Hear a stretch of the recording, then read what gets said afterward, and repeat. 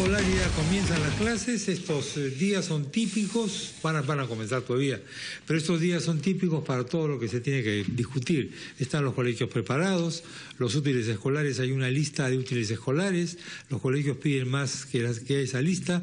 Hemos estado recorriendo colegios, yo he estado el otro día, he tenido el honor de ser recibido por estupendos colegios nacionales, en Los Olivos y en San Martín de Porres, señoras y señores. Bien, las directoras de esos colegios, y se nota que hay un esfuerzo. Dentro de que somos un país modesto, la modestia de estas instalaciones hay que destacarla, pero nada de eso impide que pueda haber una educación de calidad.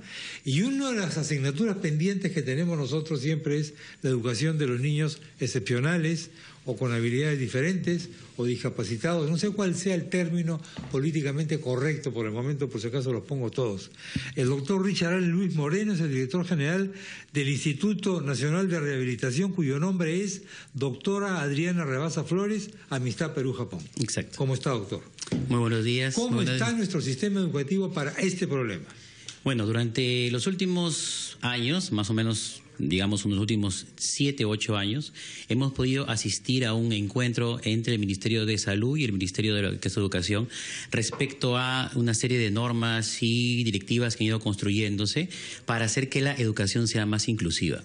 Nosotros venimos ya trabajando buen tiempo esto, como le digo, más o menos unos 8 o 9 años desde la aparición de la educación integradora, ¿no?, que fue el primer esfuerzo que hizo Ministerio de lo que es Educación y Salud para poder hacer que niños con habilidades distintas, niños con discapacidad puedan integrarse socialmente. El término integración era de alguna manera adaptar la educación al niño.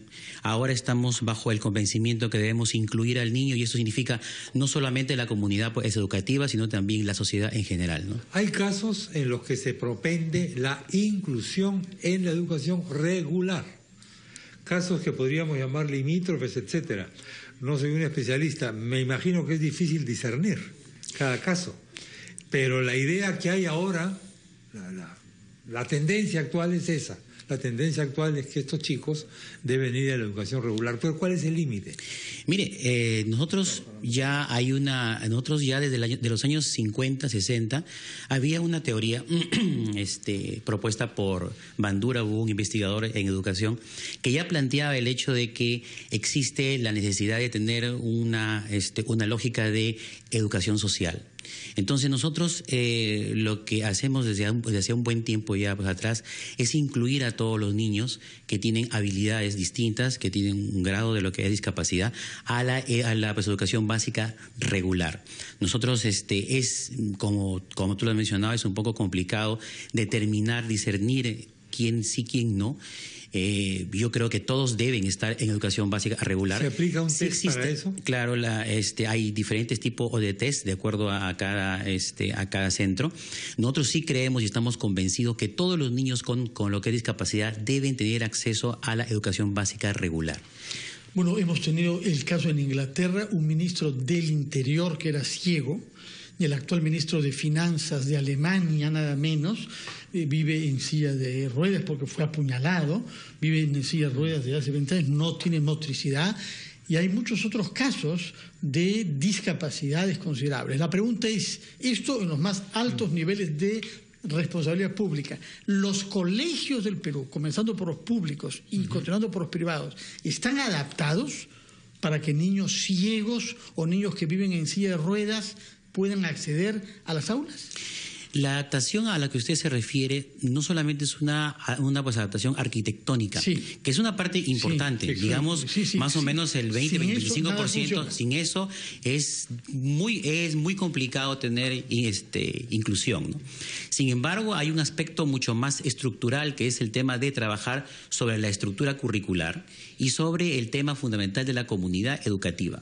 Porque no solamente cuando se habla de discapacidad se habla sobre la deficiencia en sí misma, es decir, lo que le falta o lo que el niño no puede hacer, sino fundamentalmente sobre lo que el entorno le da como posibilidad para que el niño desarrolle sus potencialidades. En este sentido, hay mucho por hacer todavía, eso es cierto, pero creo que se ha dado un gran paso al establecer dentro de los lineamientos y orientaciones para el año escolar, ya desde hace más o menos unos 7, 8 años atrás, directivas precisas para que esto se dé. No es todavía un tema de poder trabajar completamente con el 100% de lo que es colegios. Tenemos aproximadamente, y estos datos debería darlo pues Educación, nosotros tenemos un constante vínculo con ellos y manejo de esa información, aproximadamente un 11% de las escuelas en general son consideradas inclusivas. 11%. Eso es no, poco. es poco, no es suficiente. Ahora, es cierto. Y en el caso de la llamada discapacidad intelectual, ¿cuál es el límite? Porque yo entiendo que una persona en silla de ruedas tiene que asistir a clases normalmente, como cualquier otra persona. Por supuesto. No podrá ser educación física a lo mejor. Por supuesto. En el caso, justo por eso le decía, en el caso de la discapacidad física, existe un tema arquitectónico que tiene que incorporarse a este plan educativo. En el caso de la discapacidad intelectual, el tema pasa por algunas, nosotros llamamos apoyos, ¿no? Apoyo se refiere no solamente a una persona, sino también se refiere a un proceso, a una arquitectura curricular que le pueda dar al niño la posibilidad de adaptarse a la educación para ese grado, ¿no? ¿Usted cree que casos como el síndrome Down está bien tratado por los colegios en el Perú? Yo lo que he visto en algunos colegios es que no solamente la persona que tiene el síndrome de Down se beneficia de estar en una escuela convencional, sino también los otros alumnos. Por supuesto. Aprenden lo que es tolerancia, aprenden que no todos somos iguales. Por supuesto. Finalmente, como dice el gran músico brasileño Vinícius de Moraes, mirado de cerca, nadie es normal. Nadie. Todo el mundo tiene cosas, de manera que la tolerancia de ayudar a un colega que tiene unas dificultades es positivo para los que no tienen esas discapacidades. Aquí hay dos aspectos importantes. Lo que es la discapacidad hasta antes de los años 2000 se veía con lo que le falta o lo que no tiene o lo que no puede hacer la persona. Desde el año 2000 hasta la fecha el concepto ha ido cambiando y se ha enfocado más en el entorno, lo que pasa alrededor de la persona y que le genera barreras o facilitadores para que esta persona exprese toda su potencialidad. Este tema es importante porque, como usted lo ha mencionado, hace que, por un lado, yo veo siempre en la comunidad educativa, los niños que van al instituto, hay dos temas ahí. Un tema del padre o madre de familia que tiene al niño con discapacidad y otro enfrentamiento es de la concepción que tiene el padre y la madre del niño que no tiene discapacidad. A veces existen mitos, así es, a veces existen mitos porque el niño, el padre y la madre que tiene un niño con discapacidad piensan que el niño no va a ser bien recibido. Y como todos sabemos, los niños a esa edad son niños que realmente son más inclusivos que nosotros mismos, ¿no? Hay de todo. Bueno, hay de todo. Cuando juego, ya cruel, la edad sobrepasa los 9 años, probablemente hay un tema de eso. Y luego está también la concepción de los padres y madres que tienen niños que no tienen discapacidad. Ellos tienen también concepción de respecto a que la calidad de la educación va a disminuir, etcétera, y eso no es así. Está totalmente comprobado que, como usted lo ha mencionado, existen criterios de tolerancia, de convivencia, mejor aprendizaje y pues el aprendizaje en sí mismo se hace satisfactorio. Doctor, muchas gracias por haber estado en el programa.